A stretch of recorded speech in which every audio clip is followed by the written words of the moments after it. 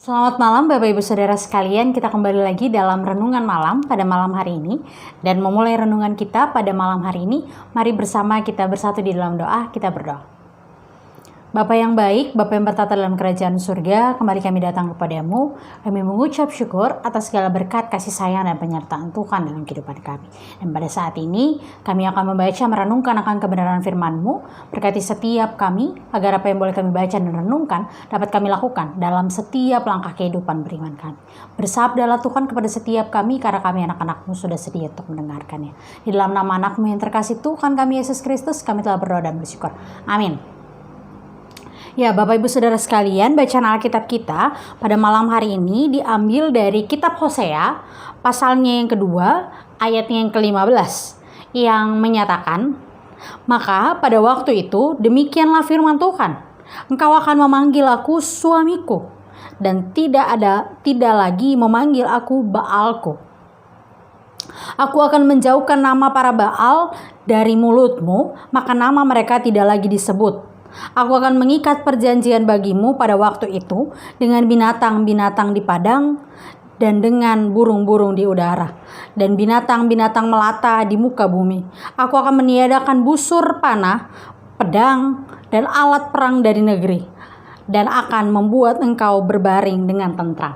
Demikianlah pembacaan Alkitab. Berbahagialah setiap kita yang membaca, merenungkan, dan juga melakukan firman Tuhan dalam setiap langkah kehidupan beriman kita. Haleluya.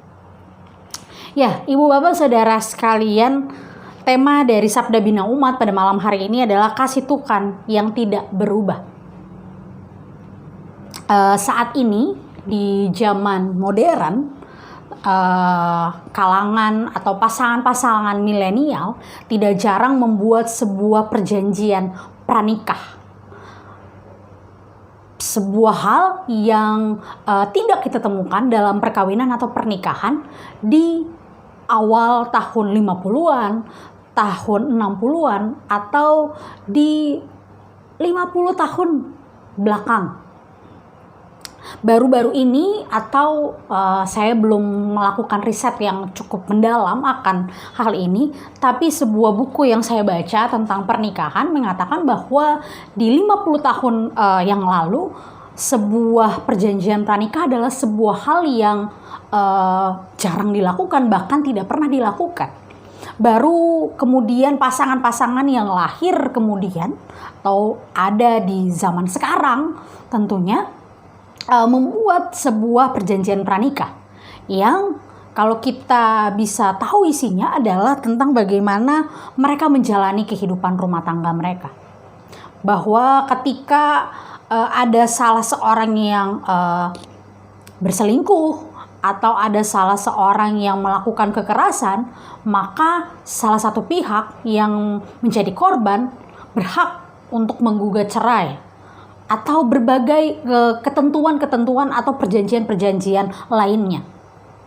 Hal ini mau mengatakan atau mau menggambarkan tentang relasi sebuah pernikahan saat ini yang tidak lagi kemudian berusaha dibangun sedemikian rupa untuk menjalin sebuah kepercayaan, menjalin sebuah komitmen yang sungguh-sungguh. Harus ada sebuah pernyataan resmi, begitu. Untuk kemudian menjadi benteng, menjadi boundaries, menjadi pagar bagi rumah tangga tersebut untuk menjalin hubungan rumah tangga. Hal ini saya katakan bukan dalam artian saya tidak setuju dengan perjanjian pranikah. Tapi yang mau saya katakan adalah hubungan relasi antara suami dengan istri di zaman saat ini kemungkinan besar tidak lagi mengusahakan tentang bagaimana sebuah kepercayaan itu, sebuah komitmen itu dibangun sedemikian rupa. Karena ada perjanjian di dalamnya. Memang kalau kita mau telah lebih dalam lagi, perjanjian ini dibuat untuk kemudian tidak dilanggar di kemudian hari, agar masing-masing pihak merasa aman. Menjadi penting juga ini ada dalam pernikahan Kristen. kemudian, karena menjadi penting untuk masing-masing pihak merasa aman ada dalam rumah tangga tersebut. Tapi bagaimana relasi kepercayaan, relasi komitmen ini dibangun dan dilandasi dengan latar belakang perjanjian tersebut. Nah, ibu bapak saudara sekalian, kenapa saya membahas tentang relasi antara pernikahan antara suami dengan istri? Karena inilah yang digambarkan oleh Nabi Hosea melalui hubungan rumah tangganya, hubungannya dengan Gomer, yang juga memberikan gambaran akan hubungan Allah dengan umatnya. Bahwa ketika ada salah satu pihak yang berpaling, yang mengkhianati, ada satu pihak yang dengan setia mengampuni. Ada satu pihak yang dengan setia pada komitmennya untuk tetap percaya bahwa pasangannya dapat berubah.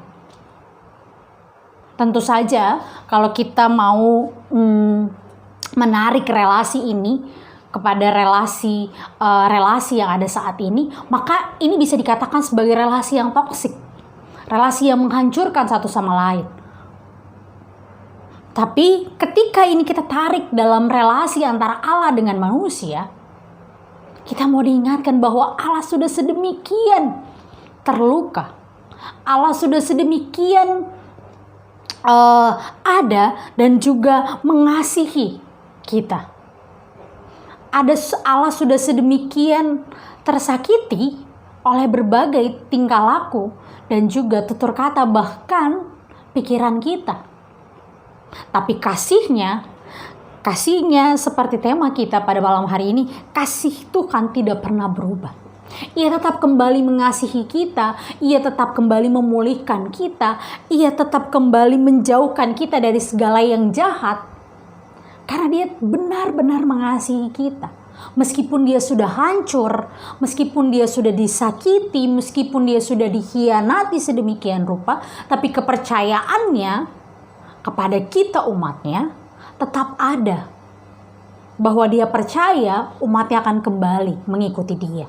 Bahwa umatnya akan kembali mengikuti jalannya. Maka ia akan kembali mengikat perjanjian dengan umatnya tersebut. Sama dengan relasi suami dengan istri, maka relasi kita dengan Tuhan baiknya berlandaskan sebuah kepercayaan dan juga komitmen yang baik. Bahwa kita percaya penuh Allah mampu melakukan segala perkara dalam kehidupan kita. Serta kita berkomitmen penuh untuk melakukan, untuk tetap setia hanya kepada Tuhan. Dua landasan utama dalam sebuah relasi inilah yang hendaknya kita miliki. Mari ibu bapak saudara sekalian, hayati kembali relasi kita dengan Allah. Allah yang tetap setia meskipun tersakiti, Allah yang tetap setia meskipun ia dikhianati, Allah yang tetap akan memulihkan keadaan kita meskipun kita berpaling daripadanya. Mari renungkan, introspeksi kembali diri kita. Sudahkah kita benar-benar meninggalkan kehidupan lama kita dan mengikuti Allah yang tetap setia, menunggu kita melakukan pertobatan dan kembali kepadanya. Tuhan memberkati setiap kita untuk melakukan apa yang Ia kehendaki. Amin. Mari kita bersatu di dalam doa. Kita berdoa.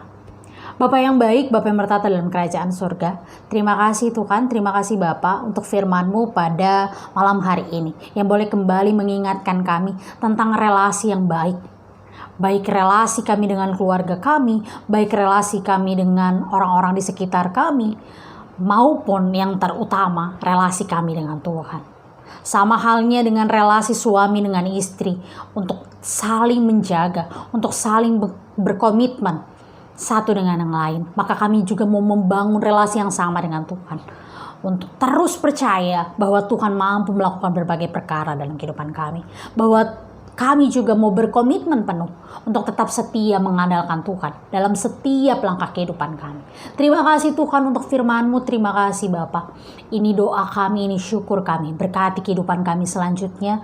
Di dalam nama anak-Mu yang terkasih Tuhan kami Yesus Kristus, kita berdoa dan bersyukur. Amin.